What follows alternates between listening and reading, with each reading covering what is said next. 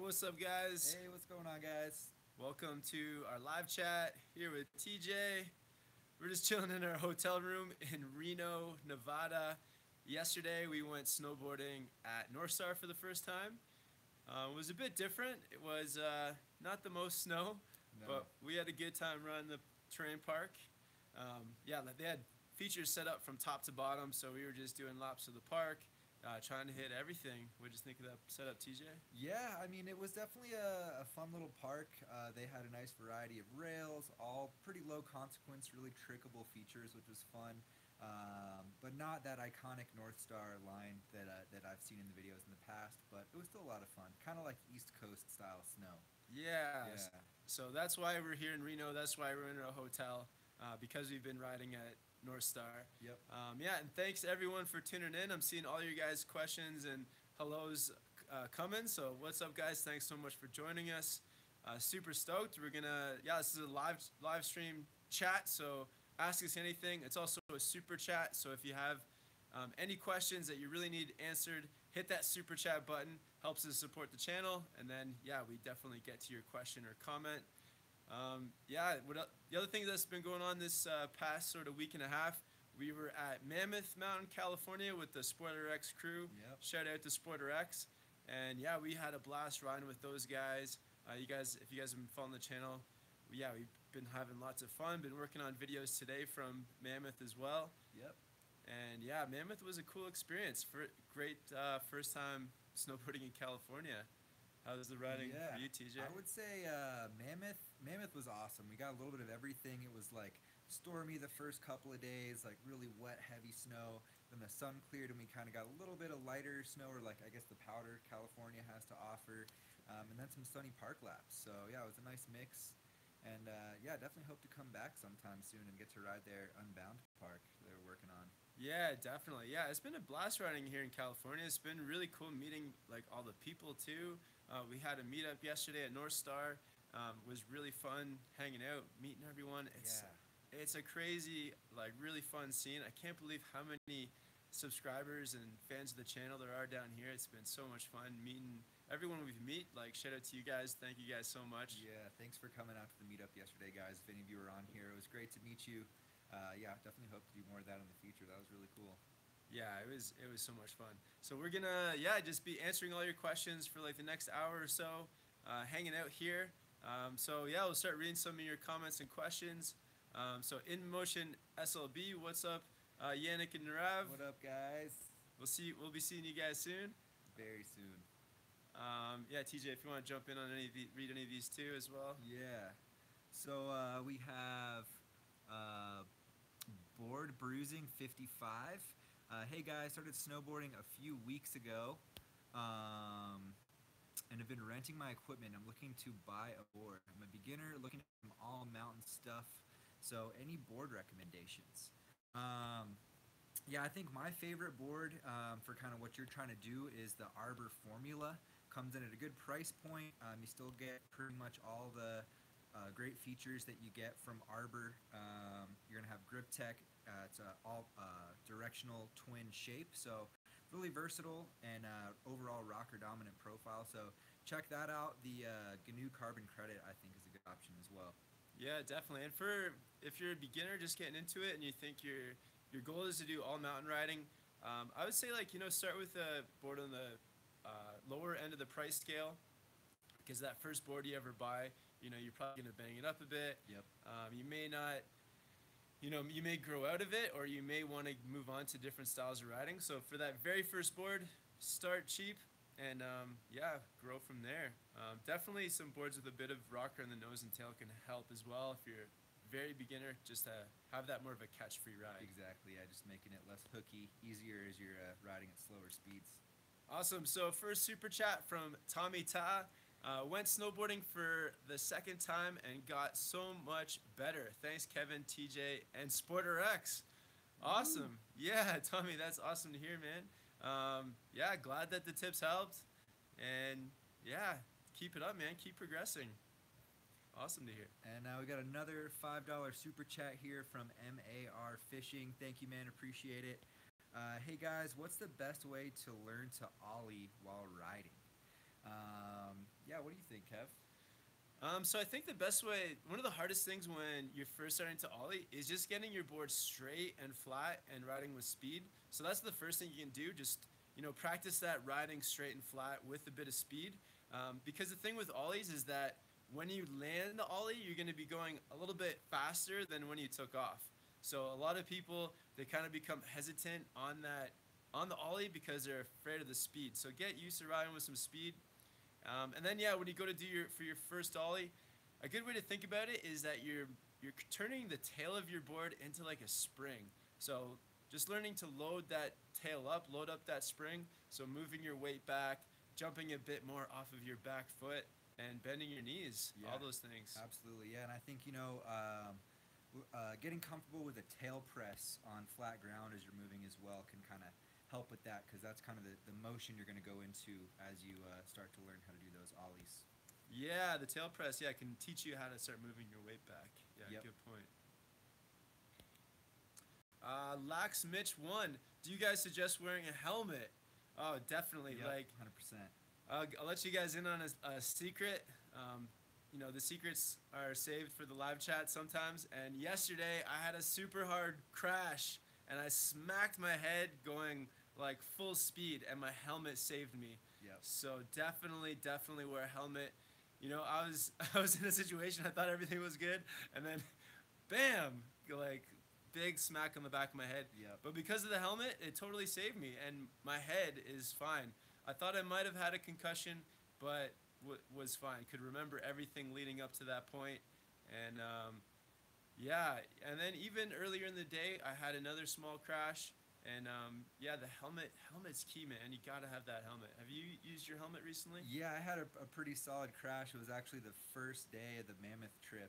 I was trying to do a little rock drop, and it was covered under some powder, the takeoff, and the rock just kind of grabbed my edge on the way out, and it was probably like a 4-foot drop, and then just a whip down just straight, and just kind of banged my head. So yeah, definitely recommend wearing a helmet. You never know when it's going to come in handy. That snow can grab you unexpectedly, so it's better to just be prepared. Yeah, that crash is actually in one of the earlier videos from Mammoth too. Yeah, that was the Day of Bales video, if you guys want to check that out. Yeah. The Day of Bales. And if you're looking for a helmet, we both wear sandbox helmets, and even Rob from the SporterX crew, he wore the sandbox helmet for a few hours and really liked it. And I think the thing that makes those sandbox helmets so good is that they're just like, they're comfortable and simple. And those are, to me, those are the keys that make a good helmet. But yeah, great question. Definitely pick one up. Yes. MAR Fishing, another $2 super chat. Thank you. Appreciate That's awesome. Man. Yeah, thank you. So somebody, all right. So I'm not gonna read that one. It's kind of weird.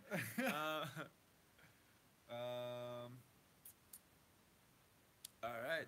So we're just kind of going through some of the questions here now. Britton Collins, how do you save money to snowboard? You just got to make those sacrifices. Just make it work whatever way you can. When I was in high school, I worked like a part-time job on the weekends, like washing dishes, and then I would go snowboarding through the week, like whenever I could, 1 or 2 days a week. And so that money I earned, I would spend on my lift tickets or things like that. And if you don't have lots of money, you can always get secondhand gear, stuff like that. Yeah, I think, if you can somehow get your work schedule worked out where you can snowboard during the day and then work, when it's not convenient to go snowboarding, that can help a ton as well. Yeah. All right, so Diamond Heart with the $5 super chat here. Any advice on switching from beginner runs to intermediate runs? I would say, really that's going to be more of just like a mental thing. I feel like if you're able to control your speed and you're linking your turns on greens, a blue is just going to be a little bit steeper. It's just going to be, getting that confidence on the greens where you feel comfortable on the steeper terrain and you're not going to psych yourself out. Yeah, recently we were riding with Rob from SporterX again, and we went pretty much from him being on the beginner run, kind of like taking it really slow, and then he was practicing through the week and progressing, and then on the last day we took him onto a black diamond, and one of the things that really helped him was actually just by following me. So if you can, follow somebody else, like, you know, plan it ahead of time, but try to follow somebody, and that can kind of show you like the way down, how big or the turn shape. That can be really important. And then I feel like the other thing that's really important for when you get more onto more advanced runs is that you start to get your board onto edge sooner, because the sooner that you get your board onto edge, the sooner that you can start controlling your speed, which is important because on those blues and blacks, you start to pick up more speed. So yeah, just more control and you'll be set. Oh man, yeah, I hope the connection is good, guys. We're on the Wi-Fi here, so hopefully you guys can hear and see us okay. Yeah, I think, let's see what questions we got coming through right now. So Ruben says to check out Mount Hood Meadows. Yeah, I would love to. Love snowboarding that's in Oregon, right? Yeah, I think that's like the winter, like the lower elevation resort out near Timberline.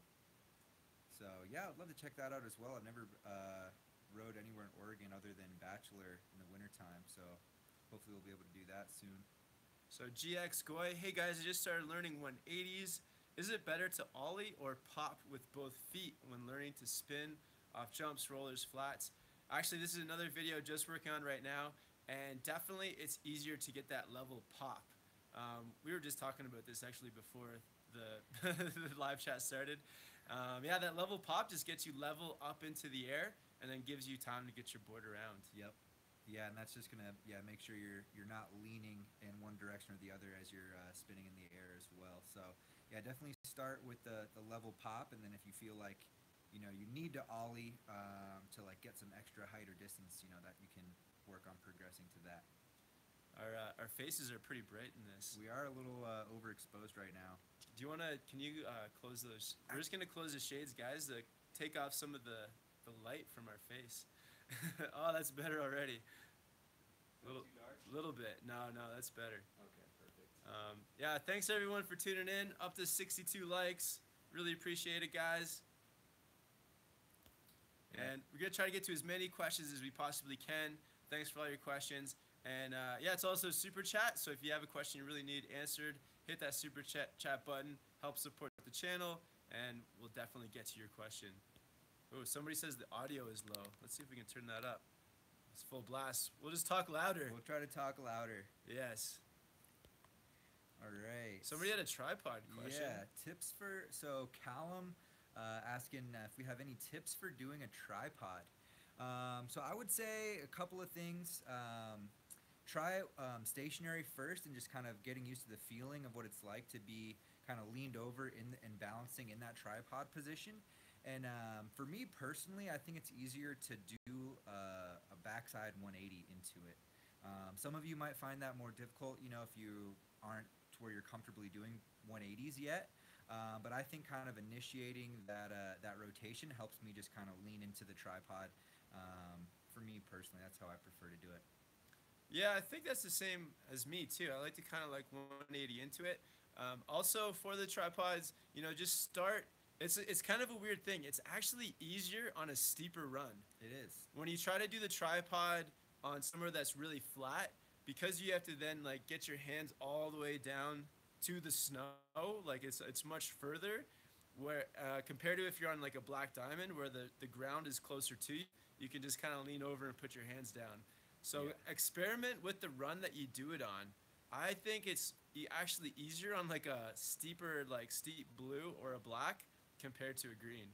Yeah, that's a great point. Yeah, because it's easier than just like less travel to get down to the snow. So yeah, definitely on the other side of a roller, just like steeper terrain. When it's steeper too, then your board just starts like gliding down as well. You don't have to like kind of force your board to get going. And yeah, it's easier to hold yourself up as you're skidding down the snow, a steep run, compared to like going really slow. It's like I guess it's like a similar idea of like balancing on a bike when you're going very slow compared to kind of like going at speed. It's much easier to balance. Yeah, definitely, I agree. It's a good analogy. Thanks, man. Martin Walgren super chat. Thanks, Martin. Please do a video listing kids boards. TJ, that's your realm. Yeah, I could do that for sure. on the kids in the kids boards world, there's not a huge variety, but there definitely are some options. Yeah, I think that could definitely be a video topic. Kind of starting from the very bottom where you're like toddlers are getting out there and just kind of being pulled along to actual kids boards that have metal edges, and you can actually learn how to snowboard on them. Yeah, thanks for the super chat, man. That's a good video idea. Yeah, some of my friends too who have kids are gonna be soon getting their kids into snowboarding and buying boards. So that's possibly something that I can start making videos about as my friends bring their kids along. Yeah. I think I saw a question come through a little further up here, right there. So from Mugabo, TJ, have you ever tried the Burton Genesis? I've been thinking of pairing my Warpig with those. Just want to be sure since their price is quite high. I've never personally ridden the Genesis. I've ridden the Malavitas several times. I think honestly, man, the Genesis is a great binding. It has literally all the bells and whistles from Burton. But I would recommend, if you're looking for something on that performance level for your Warpig, I'd recommend an Atlas, a Union Atlas. That's actually what I'm running on my Warpig, and the reason for that is just because of the adjustability. So the Genesis is going to be on Burton's reflex system, so you're not going to be able to adjust your stance width quite as well as you could with a Union. So if you're okay with that compromise and kind of sacrificing the adjustability widthwise on your stance, go for it. But I think you should go for the Atlases, man. Yeah, I'm also riding the Atlases. Thumbs up. Yeah, Kevin's been stoked on them. Emilian Popov, super chat. Want to support Snowboard Pro Camp and Board Archive? Go on Patreon. Awesome. Yeah. Thanks, man. Thanks for the Patreon shout out, Emilian. Yeah, thank you, Emilian. Appreciate it, man. So, yeah, we are also going to be doing a quick live hangout on Patreon after this. So, patreon.com/boardarchive if you guys have any other questions or just kind of want to hang out. It's a little bit of a more kind of direct conversation. It doesn't even necessarily have to be about snowboarding. So. Yeah, maybe we can do a live hangout on both our channel, both Patreons after this. I think, yeah, we could probably work it out where we'll do it at the same time. So, yeah. Well, I was singing one after another, but. Okay. What time is it now? Like 3? I think, yeah, this started at 3, so we could do 4:15 Board Archive Patreon, and then 4:45 on Snowboard Pro Camp Patreon. Sounds good. All right, let's do it. Sounds good. All right, I saw that Paul earlier on asked a question about how to link turns. This is one of those things. Once you get it, you've got it. So for linking turns, one of the best things you can do is first control your speed after a turn, and then get your board onto an angle. So, if you're riding regular and you're going for the toe turn, start to ride your board on an angle down on an angle, and then make the turn. And then just like control your speed, make the turn. Control your speed, make the turn. And you start to get that rhythm just through being comfortable controlling your speed, then letting your board go on an angle before you make the turn. And what I said earlier too about following somebody else, following another rider who's maybe got like a little bit further on than you can help you to set that rhythm too. So definitely try those things to get the links going. Yeah. Would you say that when you are linking turns and you're making those turns with a straight line, you're not scrubbing at all? You're picking up speed pretty much the whole time. You are, yeah. So that's something to maybe be aware of as well. And then just control your speed and scrub on when you get to a good location on the hill, like a flatter spot or something. Yeah, as you progress with linking your turns, you'll notice that you're controlling your speed earlier in the turn. That's really key. So, and then the easiest way to think of like what is controlling your speed is kind of like spraying some snow. So like getting your board on edge, either spraying snow downhill, and then as you get more advanced, you're spraying snow more at the side. All right.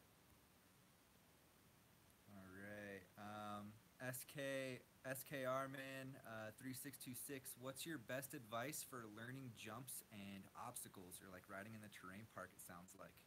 I'm really, anytime a question like this comes up, I think the biggest thing that's going to help is just going back to the fundamentals, making sure that you're going up step by step and you're not jumping from just learning a box to trying to hit like a big medium jump or something. But yeah, you know, start small. Make sure that you're scoping out the features and you're building all the skills necessary to get up to that feature that you're trying to learn at that time. Yeah, and also like spend lots of time outside the park. So find those like side hits and like obstacles outside, like kind of ducking into trees or whatever it is, so that you're like building all your skills outside the park before you bring it inside. You know, learning to ride with speed, getting your board straight and flat, working on your ollies and nollies, and yeah, like outside the park, you can maybe do 50 to 100 like little side jumps, little side hits like throughout your day. Whereas once you go into the park, you're like very limited, and everything like funnels you towards the same features. So yeah, get creative outside the park first, and yeah, build up all those skills. Yeah, anything that's gonna help, you know, build your board control is gonna make you a better park rider. So, yeah, good tips. Somebody asked. Here's a good question. Anthony asked, "How is the quality of Dragon goggles compared to other brands?" Great question.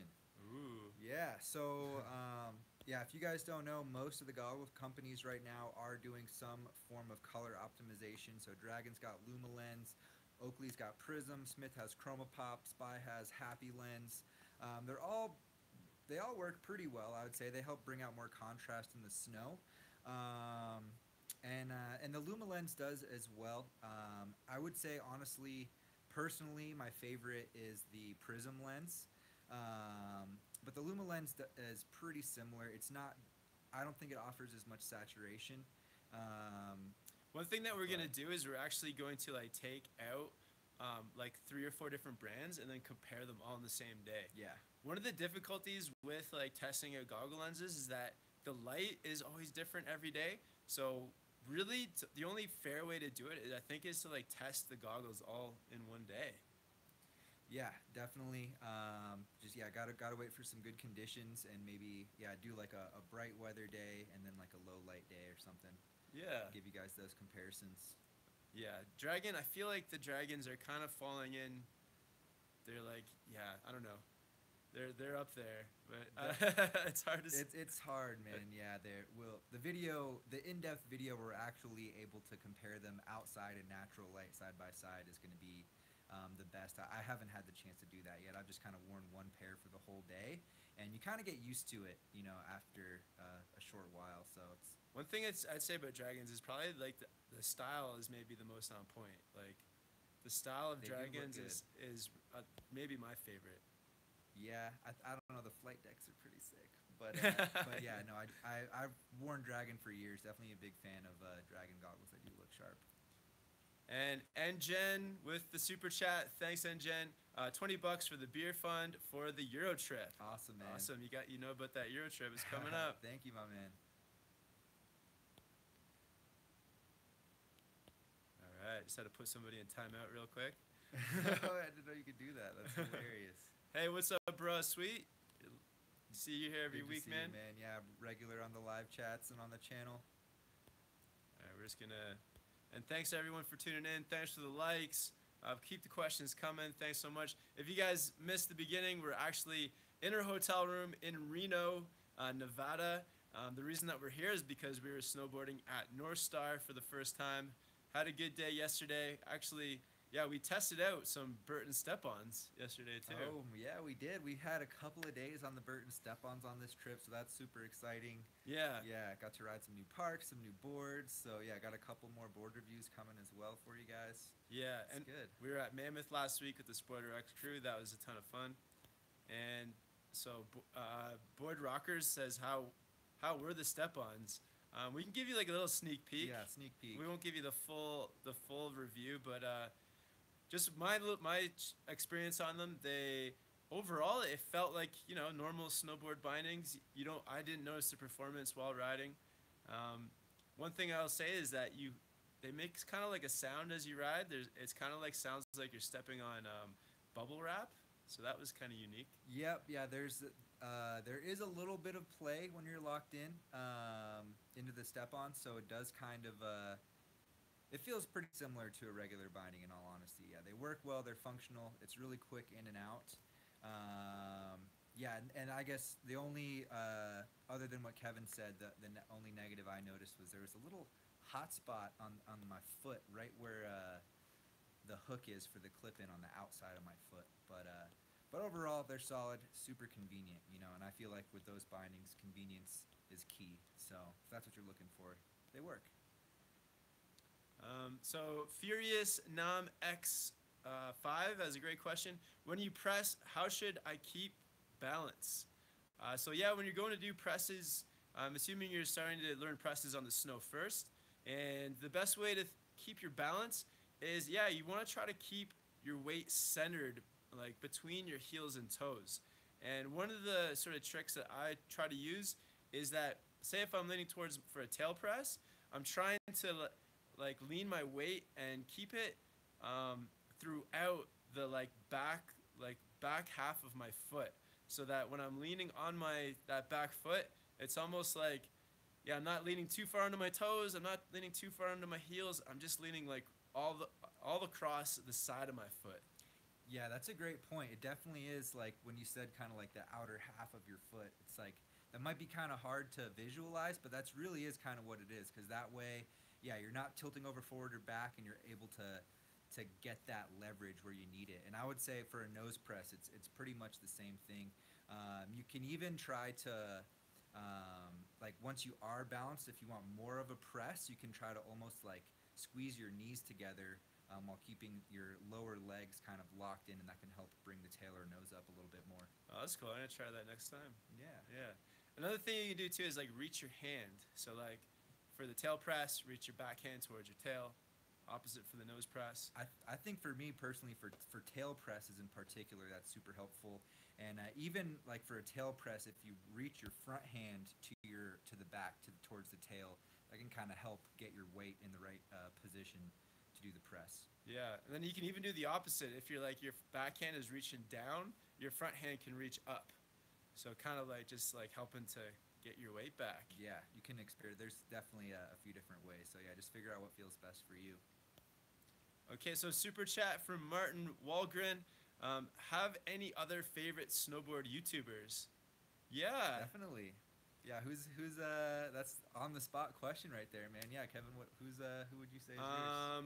A couple of my favorites. There's so many. Like I don't want to single any out as being better than others. I feel like lots of snowboard YouTubers are making like great fun content. Yeah. You know, in the summer, like I was watching David S. Jones because he was in New Zealand and it's the opposite season. So that was fun to watch his videos when we didn't have any snow in North America. And one dude that like cracks me up because he's like so passionate and he's like making the most of like where he lives is Matt Maniaki. You know, he's got his pipes in his backyard. So yeah, he's just like going for it. I respect that a lot, to be putting in the work. Definitely, yeah. Both of those guys super entertaining, and yeah, definitely shout out to Ryan Napton and Jonathan Buckhouse over in Colorado as well. Actually was able to ride with those guys for the first time recently, so hoping to do some more filming and vlogging and stuff with them this year too. So yeah, it was exciting watching TJ in their vlogs. That was really fun. Yeah, it was awesome getting out there with them. Both super nice guys. Do you guys have any advice for first snowboarding session of the year? And that's from Braden Lamb. I would say that your very first time up, yeah, just take your time. You know, typically when you go snowboarding, it's over like a couple of days. It's not just like one single day. So yeah, save yourself. Like pace yourself throughout the day. Take some breaks, bring some water and some snacks with you. And yeah, just get back into it slowly, and really like gauge yourself too for the conditions of the day. If the conditions are good, then you can probably push yourself a bit harder and have a good time doing that. But if the conditions are kind of average, or you know, if they're icy, don't push yourself too hard on that first day with say like icy conditions, because you could like, you know, possibly slip out. Make sure you're wearing your impact shorts to protect your tailbone. But yeah, just get out there, have fun, go at your own pace. And you're probably going to be using muscles that you haven't used in a while. So if you want to do multiple days, just pace it out. Absolutely. Yeah, take it slow, guys. You don't want to go too gung-ho the first day and end up getting hurt and then, you know, be out for a few weeks. So yeah, definitely get back in the groove at your own pace. Do you want to read this one, TJ? Yeah, so Ellis DC, any thoughts on Arbor's Grip Tech side cut? Does it work well on harder or icy snow? Awesome question. Thank you. Definitely one of my favorite topics. So additional contact points like Grip Tech or Magna Traction definitely make a huge difference. Grip Tech, I would say, is kind of number 2 in the spectrum. So Magna Traction is going to provide the most grip, like on Kevin's T-Rice Pro snowboard. So it really just makes the entire board grab on that harder icy snow. Grip Tech is definitely noticeable. You're never really going to have to worry about slipping out. I was just trying out the Arbor Sico Twin, which is like a softer freestyle board at Mammoth recently. And yeah, on the harder snow, like that was never even crossed my mind slipping out. So it definitely works, and yeah, I would highly recommend trying it out. Grip Tech is good. Yeah, I've been riding it for the first time the last couple weeks on the Arbor Westmark rocker, and even though it's a rocker board, which isn't the best for like gripping the snow or carving, yeah, the Grip Tech has helped a lot, and I love it. I really appreciate having those like bumps along my edges where my feet are, just to help, yeah, with that grip. I think there's a few videos coming out soon where doing some carving on the Arbor Westmark with the whole rocker profile, and even though it's a rocker board, the grip tech helps a lot for carving, and I really noticed it too. If there's like a hard patch, some ice, that it just saves me from sliding out. So definitely recommend it. All right, so I saw a question come through here. Oh man, it was about the evil twin, but I lost it. Oh man, sorry guys. If I see it pop up again, Do you know what the question was? I believe it was if the Evil Twin is a good board for butters and carving. I can't remember what the second category was, but I know the first one was butters. And I definitely think it is. You know, the Evil Twin, it's a battalion snowboard if you guys don't know. It's a full camber board with triple base technology and about a medium flex, so the edges and bases are lifted up towards the contact points, which makes it really catch free. So great for butters. Even though it is a mid-flexing board, it's still pretty pressable. Yeah, definitely think it's a solid board for butters. And it has decent stability too. But if you're really looking for like a butter kind of park board, I think the Fun Kink might be a better option. It's a little bit softer from Battalion. Nice. And Board Rockers with the super chat, 5 pounds. Thanks, Board Rockers. Appreciate it. Yeah, thank you, man. We appreciate the support. All right. Just gonna put somebody else on timeout. Timeout. That one was kind of funny, but yeah, timeout. So James, your footage always looks really clear. What settings do you record in with your GoPro? Yeah, so recently we've been using the Karma grip quite a bit, and that's like helping huge with the stabilization, keeping everything nice and smooth, gets the footage level with the horizon, so that's been great. But on the GoPro, so we both have the GoPro 6, and we're filming, typically we film at 1080, 60 frames per second on linear mode. And linear just basically puts everything into like the perspective it's kind of like a wide mode, but not fisheyed. So things aren't curved. Right, exactly. It doesn't distort it really. Doesn't distort it. But if we're filming something that's difficult to film, then we might throw it into wide mode, and then ride a bit closer to each other and have that wide mode, just for making sure that we get each other in the frame. Yep. Yeah, that's helpful for sure on those situations. Especially, I feel like in chasing each other in powder, that helps a little bit. Yeah.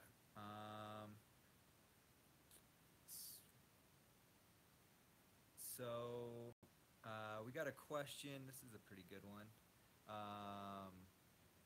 From Lassie Schmidt. I'm a beginner. What kind of safety gear do you guys think is a must-have?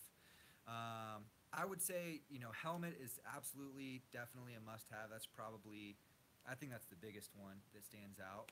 And another one that I'm going to actually try to get myself as soon as I can. I know Kevin's already using them. Rob from Spotter X was using them as well. It's the impact shorts. So if you are riding on those firm days, just add that extra layer of security for you to make sure you're not destroying your tailbone. Yeah, I feel like helmet is for like every rider. beginner to advanced, expert, everyone should be wearing a helmet. If you got to protect your brain. Yes. And then, yeah, for beginners and actually like and through, I'm still wearing them. Like, so crash pants would be second, impact shorts, whatever you want to call them. And then if you're a very like really new beginner, it is common to like when you fall to hurt your wrists. So if you can, get some wrist guards. And you know, some people recommend not to get them, but I feel like when you're that new beginner, wrist guards are good. After that, you could probably, there's not very many injuries, I don't think, after beginning about the wrists. Maybe a little bit, but yeah, those would be the three. Any others? No, I think I wouldn't. Yeah, I don't want to recommend anything else really. Just so you don't want to get lose mobility because you're wearing so much gear. Down the line, you can maybe add in some knee pads if, like, I don't know, if you have any knee issues. Yeah, if you feel like you're needing that or you've been falling on your knees a lot. Right. So Danny with the super chat. Thanks, Danny. Thoughts on Armada Caramel Windstoppers? I have the same Dakine mitts as Kevin, and my hands were soaked with sweat during runs at -10 to 10 Fahrenheit. Wow, man. You got the problem with the your mitts are turning into pizza ovens. Yeah, as Chris would say. That's wild, man. No, I guess those are your gloves. I don't know. What do you think? Yeah, I feel like with mitts, everyone's got different thermostat inside their body. So for me, those mitts are comfortable like at colder temperatures. And then I've got the second pair. I've got the Dakine Ripper mitt for the days that are a bit warmer. I actually don't know the Armada Caramel Windstoppers. Yeah, me neither. But if they're light, definitely, yeah. I think it's a good idea for you to have two pairs to get those thinner mitts that you can wear on, maybe for you just every day. So our friend Chris, I bought a pair of mitts for the summertime that were super thin, and he wears them like all the time, even on the coldest day, and his hands are still sweating. So. Yeah, it sounds like you might need something like that because -10 to 10 Fahrenheit, like those are pretty seriously cold temperatures. So yeah, maybe you just need a little less insulation on that mitten.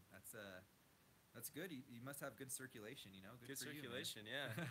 I think Doug too. Doug's got good circulation as well. Yeah. Another thing, what happens if you have really good circulation, a lot of the heat from your body can rise up into your head and fog up your goggles. So that's where like a good ventilation around your head, around your goggles. So yeah, know yourself, know how you like react to cold temperatures, and try to dress appropriately. Yep. Yeah, it might take some figuring out if you're new, but hopefully if you're brand new at snowboarding, you're not going out in -10 weather to learn.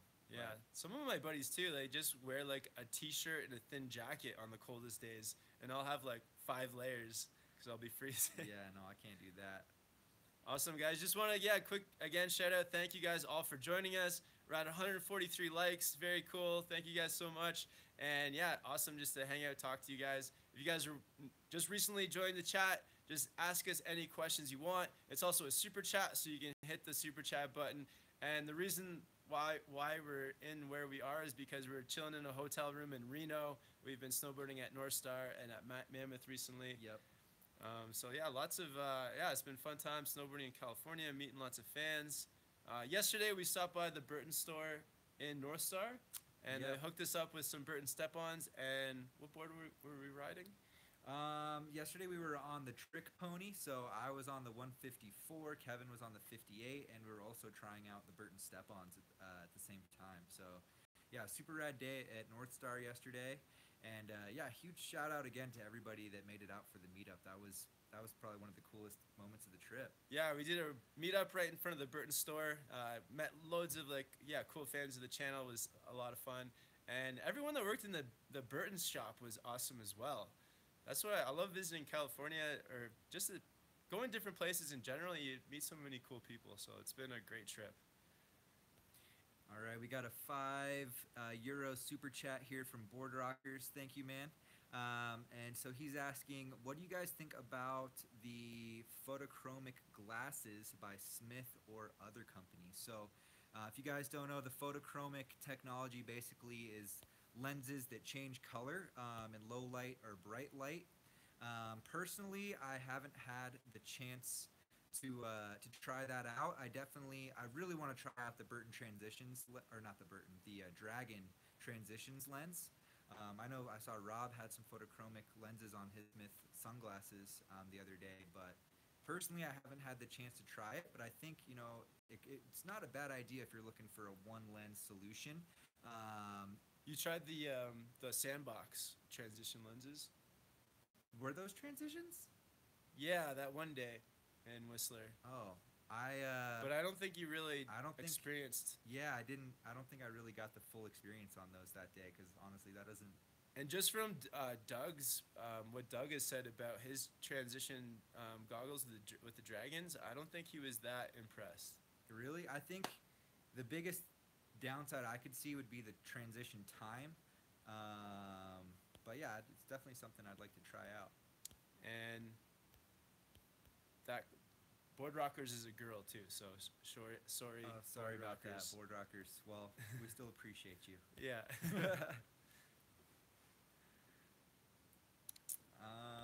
Awesome. All right, let's Mr. Rainbow, Heart Rainbows, Snowboard Pro Camp, thank you so much. You guys have inspired me to snowboard, and I went up to the mountain yesterday to snowboard for the second time. Awesome. Keep it rolling. Yeah, I hope it went well, man. Hope you're having a good time out there, getting out there with friends, and yeah, just having fun outside. And Harold, man, you've been missing some videos. Harold asks, what do you think of the ride War Pig? Oh man, I've been riding the War Pig like every day at Mammoth. I rode it 4 days in a row, which is super unusual for me. I'm trying to usually be on a different board almost every day. But yeah, the War Pig is great, really versatile. And you just put up a review on it. I did. Yeah, I just put up a review last night. So check that out. War Pig powder test. Got some really great laps at Mammoth and some powder. So yeah, there's 2 reviews on the channel on the War Pig now. So check those out, man. And I think hopefully your question will be answered. Yeah. Yeah, check out TJ's review. Yeah, he's putting tons of work into these reviews for you guys. Yes. All right. Awesome. So Chris Coe landed my first 2 180s riding across the slope like you suggested. Awesome, Chris. Yeah, keep it up. Turn those 2 into 4. So you can do the front side 180, back side 180. You can also give the switch backside and switch front side or cab spins. I'll try too. That's awesome, man. Yeah, and I think didn't we do a video this summer where you did like all 8 180s? There's actually 8 180s that you can do. So yeah, that was from 2 summers ago. Yeah. Was that already 2 summers ago? Oh my gosh. Yeah. And somebody keeps asking about the Solomon Sleepwalker. TJ, have you ridden that board? I haven't. I am not familiar with the Sleepwalker. I don't know the specs off the top of my head. I've never seen that board in person. I'm sorry, man. Yeah, I'm trying to get on as many boards as I can, but you know, there's only so many days that's possible. So maybe this season if I can swing it. And also, I've seen a whole bunch of people asking about the Capita Outer Space Living. Yeah, that's another big one. I'm gonna make sure I get on that one this year. So I've been on almost every single Capita board except for that one and the Kazoo. So I can't speak on that one, man. The Outer Space Living, from my impression of it, it's a pretty solid freestyle board, a little bit more aggressive than the Ultra Fear, but not quite at the level of the DOA yet. So kind of in between those 2 boards, and we have a review on both of those boards on the channel if you want to check that out, and that might be able to give you some perspective as to kind of what that board might be like. And Allison asked tips for riding over ice. I've done a few videos on this, but for sure with ice, you don't want to like slam on the brakes. You kind of want to slide with it, go with that ice, and yeah, try to stay like balanced over your board. So if you're leaning too far over your heels or too far over your toes, that's when you're going to slip out. And then in terms of the board, if you can get a board that has magnet traction or grip tack, one of those like fancy names for just having some bumps along the edge of your board, that can really help to dig yourself into the ice. That's probably the biggest thing, other than just, you know, keeping sharp edges. And you know, when you are on like a steep icy slope, you shouldn't really be trying to slam the brakes and come to a stop quickly. That's going to be difficult. But you're more like kind of controlling your speed, going with the fall line until you reach a more more snowy part of the slope. TJ, here's a good question for you, man. Okay, let's see. So Luke Poncione, what's the lobster sender like compared to the Evil Twin in terms of buttering and carving? Oh man, that's a great question. I really like that one. Those boards are definitely very, very comparable. Honestly, the biggest difference between them is that the lobster sender is going to be Battalion's 99% twin shape. And so all that means is that the nose outside the contact points, which is the widest point on the board where you get most of your control, the nose is a little bit longer than the tail. So it has a little bit of a directional shape. It's going to help float in powder a little bit more. Other than that, honestly, they're very similar. Similar flex. They're both regular camber. They have a similar 3BT. So I would say if you're going to be spending, more of your time in the park, like say 50% plus, I'd go for the Evil Twin. If you're, maybe 30% or less in the park, maybe go for the Sender and have a little bit more versatility. Nice. And somebody asked, what's the deal with the pointed nose on my LibTech, the T-Rice? I feel like that must be for just the ability to ride through powder. Just kind of pierces the snow a bit better than like. Yep. What do you think about that, TJ? I think so. The T-Rice Pro the shorter sizes come with the blunted nose and tail, and then the longer sizes come with the pointed nose. Other than that, the boards are exactly the same. And I think the whole idea there is that the bigger sizes are going to offer more float. So on the powdery kind of free ride runs that Travis is doing, and he wants that extra float, he's on the pointed nose. On the if he's doing pillow drops and trying to spin backcountry booters, he's going to be on the shorter blunted nose. But essentially, they're pretty similar. Yeah. And just really quick, guys, thanks for the 177 likes. Thank you, guys. Very cool. Just about 200 people tuning into this live chat, and we try to do these a couple times a week just to hang out with you guys, answer as many questions as possible, and it's been great. It's the best doing it with when we're both together as well. And if you guys are wondering where we are, we're in Reno. In a hotel room. We're in a casino hotel. There's a bunch of gambling going on around us, but it's all good. It's been fun. Yeah, we're in the casino hotel only because it was the cheapest hotel room for Snowboard to get North Star. It was. Yeah, it was about. It was like half the cost, and it's a really quick drive, and it's kind of cool. Like I think in one of the videos coming out soon, in the beginning of the video, we're like walking through a casino with all of our snowboard gear, so that's pretty fun as well. Awesome, guys. Somebody says, Mateus is greetings from Germany. Awesome, man. Thanks for tuning in. Yeah, if you guys want to let us know where you're tuning in from with your question, it's always awesome to see, the community we have here is so awesome. So I'd love to know where you guys are from. It's worldwide, guys. Yeah, let us know where you're watching from. A few questions earlier, TJ, for you, man. What do you think of the Arbor Sico? So we are going to have a full review coming out very soon on that. That's actually the video I'm wrapping up today. But just a quick preview for you. Super fun. So it's a non-symmetrical twin. So it's got a funky looking nose and tail, but it rides like a true twin. It's one thing that I forgot to put in the video. I forgot to say this, so I'll let you guys know right now. Quick bonus.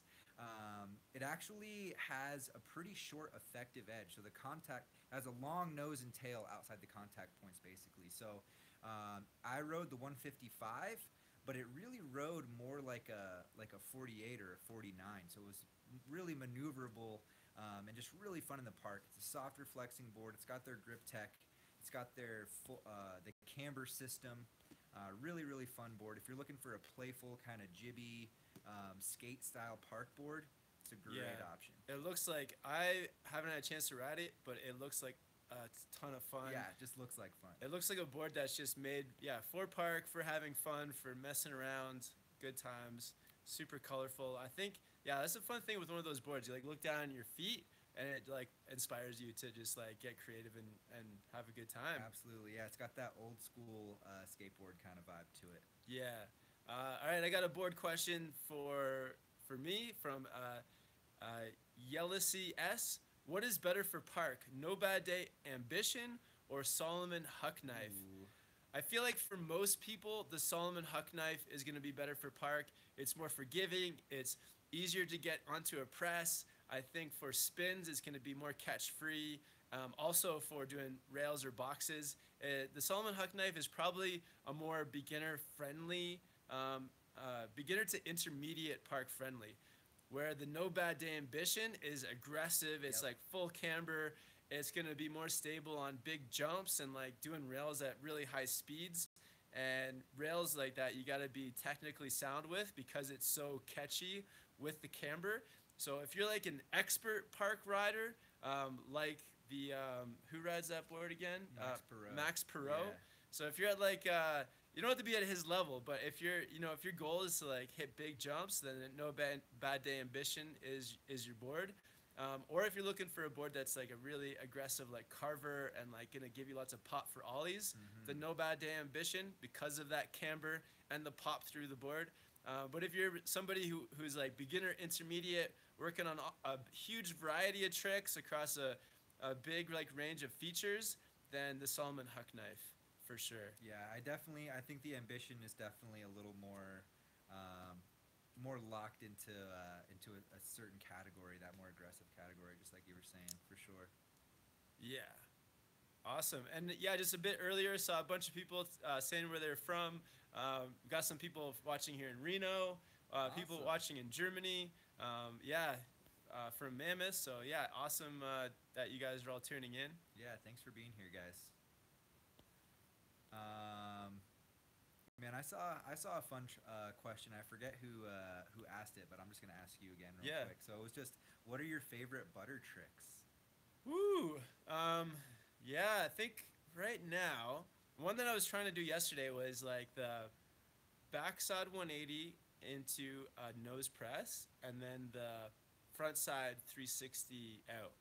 I think that's the one that I see you doing quite a bit. So Yeah. then I've been trying to get that one going too. I think so yeah, you're killing it. Saw that out there. Yeah, Thanks, that's man. that's been my go-to. My first ever snowboard edit that I made like 7 years ago popped up, and I was doing that trick in that video, and I still love it. So that's definitely Awesome. one of my go-tos. Another one that's fun, that's not as common, that you guys might want to try, is like a backside 180 where you're dragging your tail the whole time. Those are pretty fun too, and you can get some cool photos and shots doing that. Yeah, TJ tried to do one yesterday, and that trick too. You go like across the run as you do it as well, right? You definitely start on a toe edge, so I guess depending on where you do the pop, you could be either going across, or hopefully if you time it right, you're still going straight down the hill. But you could potentially be, turning while you're doing it. Sonder P rolled. Can you make a tame dog tutorial? So we already have one. TJ made one last spring. Very in-depth tame dog tutorial. So check that out. Just like search tame dog on the channel, and you'll see TJ's face pop up somewhere on there. Yeah, that one was a lot of fun. I think it's like a 12-minute video, literally. I had never actually landed that trick ever before. So that video kind of goes through the whole day, practicing and building up to landing my first ever tame dog. Yeah. And I landed one. Yeah, and he starts off in the trampoline center, doing him on a trampoline, then takes him to a small jump in the park. So you guys get to see the full progression. Yeah. Really awesome. Shout out to my buddy Andy, who helped me out with that video too. He's an old friend from North Carolina. Yeah. Lisa Wright asks, where do you guys get your goggles? So this season, we've been lucky enough to pair up with the company SporterX, and they've been sending, well, mostly me out tons of goggles, almost too much. I don't really know what to do with them all. Been trying to wear as many as possible. But yeah, TJ's getting a few pairs from SporterX as well. Yeah, thank you SporterX for the hookup, and loving being able to try out all these different goggles. Right now, I'm really loving the Oakley Flight Decks. And you guys can actually get the hookup 10% off with ProCamp 10. That's the Promo coupon code. Yeah, promo code. And they're also, TJ, they're making you a pair of like the inserts, right? Yeah. So if you guys probably don't know, I don't think I've ever really talked about this, but I have pretty bad vision without contacts or glasses, so I'm always wearing contacts when I snowboard. And SportRx specializes in prescription goggle inserts, so I'm going to be trying those out here in the near future, and you'll be seeing those in the videos coming up as well. Yeah, that's super key for anyone out there who wears glasses or contacts. I think they're one of the only people in the business that make an insert for goggles. So that's huge for people that wear prescriptions. Yeah, that way, and they can make them where they'll fit with pretty much any goggle that you have. So you don't have to like buy a new pair of goggles to get the inserts. You can just get them for your goggles. Are you wearing your contacts now? I'm wearing my contacts now. Yeah, Ah. I probably couldn't read the questions if I didn't. Okay. It's pretty bad. So super chat from Wilbury. Thanks, Wilbury. For a heavy rider, would you recommend a slightly stiffer board? Also, go get a burger at the Nugget Casino. Awesome. Thank you, man. Do Appreciate they have it. veggie burgers there? The can't- Nugget. Is it? Yeah, sick. They probably do. There's actually some really good vegan restaurants around Reno. Kevin, yeah. Yeah, shout out to Laughing Planet here in Reno. They make amazing. They do so they have like the normal menu, but then they also do everything on the normal menu vegan. So it's like been great for me just to get a little vegan cuisine here while I'm in Reno. Definitely. I've been actually trying some of the vegan menu items too, and like they're super filling and tasty. Like, yeah, Laughing Planet is awesome. And today, what did we check out? It was called like the Heavenly Garden or something, or Oh man, it was Grateful Grateful Garden. Grateful something. Okay, yeah, a couple of Reno's a weird place, man. It's like all full of different things. So In Motion SLB says we missed a super chat. Thanks for pointing that out, guys. Thanks, Narav and Yannick. Liam Bowden, £5. Hello from UK. Learnt in Snowdome and just purchased my first snowboard, the Solomon Pulse. I'm off to the Alps in April. What Amazing. goggles do you recommend? Whoa.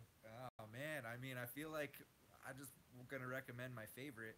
All right, you recommend your favorite. I'll recommend my favorite. All right, I'm gonna give you my two favorite. So I'm gonna give you a spherical and cylindrical option. My favorite spherical goggle is the Oakley Flight Deck. It's just huge, great optical clarity, and the prism lens is awesome. And I think as far as like the flat lenses go, I really love my NFXs, man. I've been rocking those for a couple years. By Dragon. Yeah, Dragon NFX. They're also just super big, really great peripherals, and yeah, I think either of those are great if you're looking for a bigger goggle. Yeah, actually, Turtle Zed, I just saw his comment too. He says the Anon M2s. I think, those are really great as well. They're a little bit small for me, so if you've got sort of like a medium-sized face, I would recommend Anons for sure. The M2 is definitely solid. It's also got the magnetic face mask that you can clip in. That's pretty key. So that's key. But for me, and if you have like a larger face or whatever, the Oakley Line Miners, those are pretty dope. The line miners are sick. Yeah, that's actually, I think, the line miners actually look really good. I've only worn them once, but I think aesthetically they're one of my favorites as well. And Cole Jones also says Spy goggles. Spy goggles have been good. The Spy Ace are a little bit too small for me, but I like the Happy lenses. They're pretty dope. The Happy lenses are really cool. Yeah, the Happy lens actually reminds me probably the most of Oakley Prism out of the different ones I've tried. Same. I like the Spy Doom goggle. I think that one's pretty sick. Yeah, and the Marshalls are also pretty big too, right? I think the Marshalls Or are no, the the Legacy. Those are the biggest. Okay, I think I've ridden the Legacy or the Marshall. I can't remember. I can't remember, man. Spy, yeah. I'm only really familiar with the Doom. Awesome, guys. Cool. So, oh man, we're already at 58 minutes, guys. So, yeah, we'll definitely keep this going, answer a few more questions, and then here shortly after those, we're gonna hop over to Patreon around 4:15.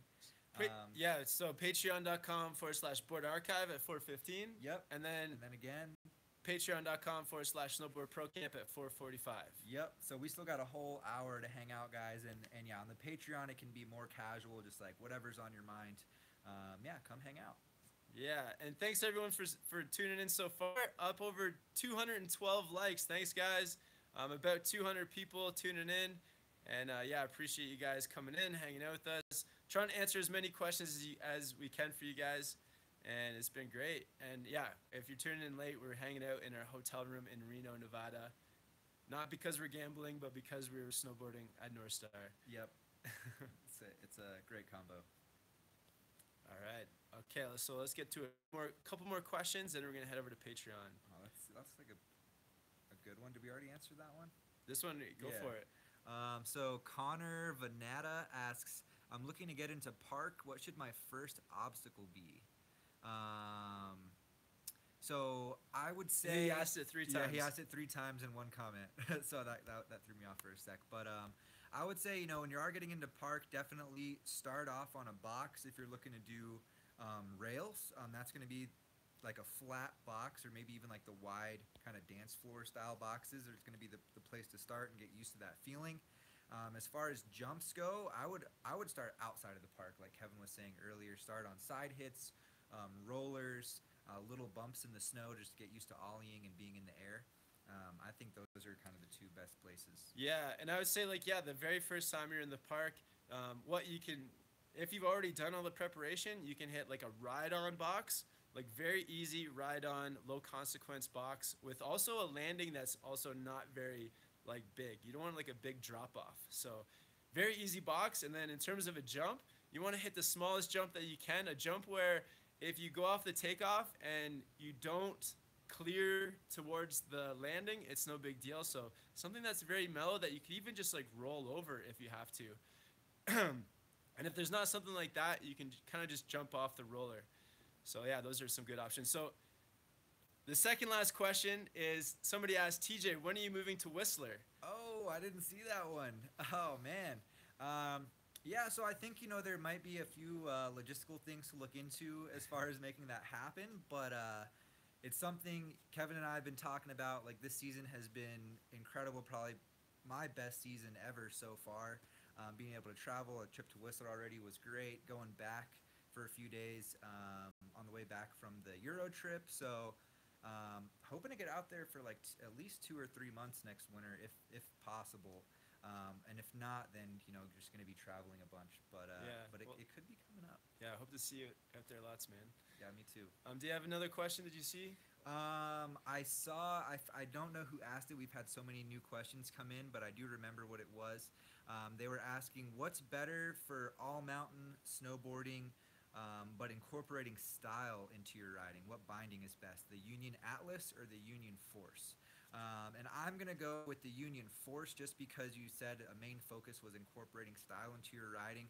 The Atlas is going to be a little bit more precise and responsive than the Force. If you're looking to really, start tweaking things out, be poking your grabs and all those little things you can do to add style to your riding, I think it's going to be a little bit easier on the Force. But honestly, the contact is going to be the most tweakable. But yeah, I'd go with the Force, man. Nice, good recommendation. Yeah. Awesome. Thank you guys so much all for tuning in. It's been a great time here in California. Next time we come to you guys live, I'll be in Whistler, and TJ will be back in Colorado. Yep. But then shortly after, we're going on our Euro trip, almost 3 weeks across Austria, Switzerland, France, meeting up with our buddies in England to start it off. Yeah, it's going to be incredible. I can't wait. Yeah, so we're going to have some content coming for you guys in preparation for that trip. Can't wait. And I just saw Sporter Rex was on the live chat too. Pumpers. What up, guys? Pumpers. Awesome. So we'll talk to you guys next time. Thank you guys all for tuning in. Peace out from Reno. Thanks, guys. See you next time. Later.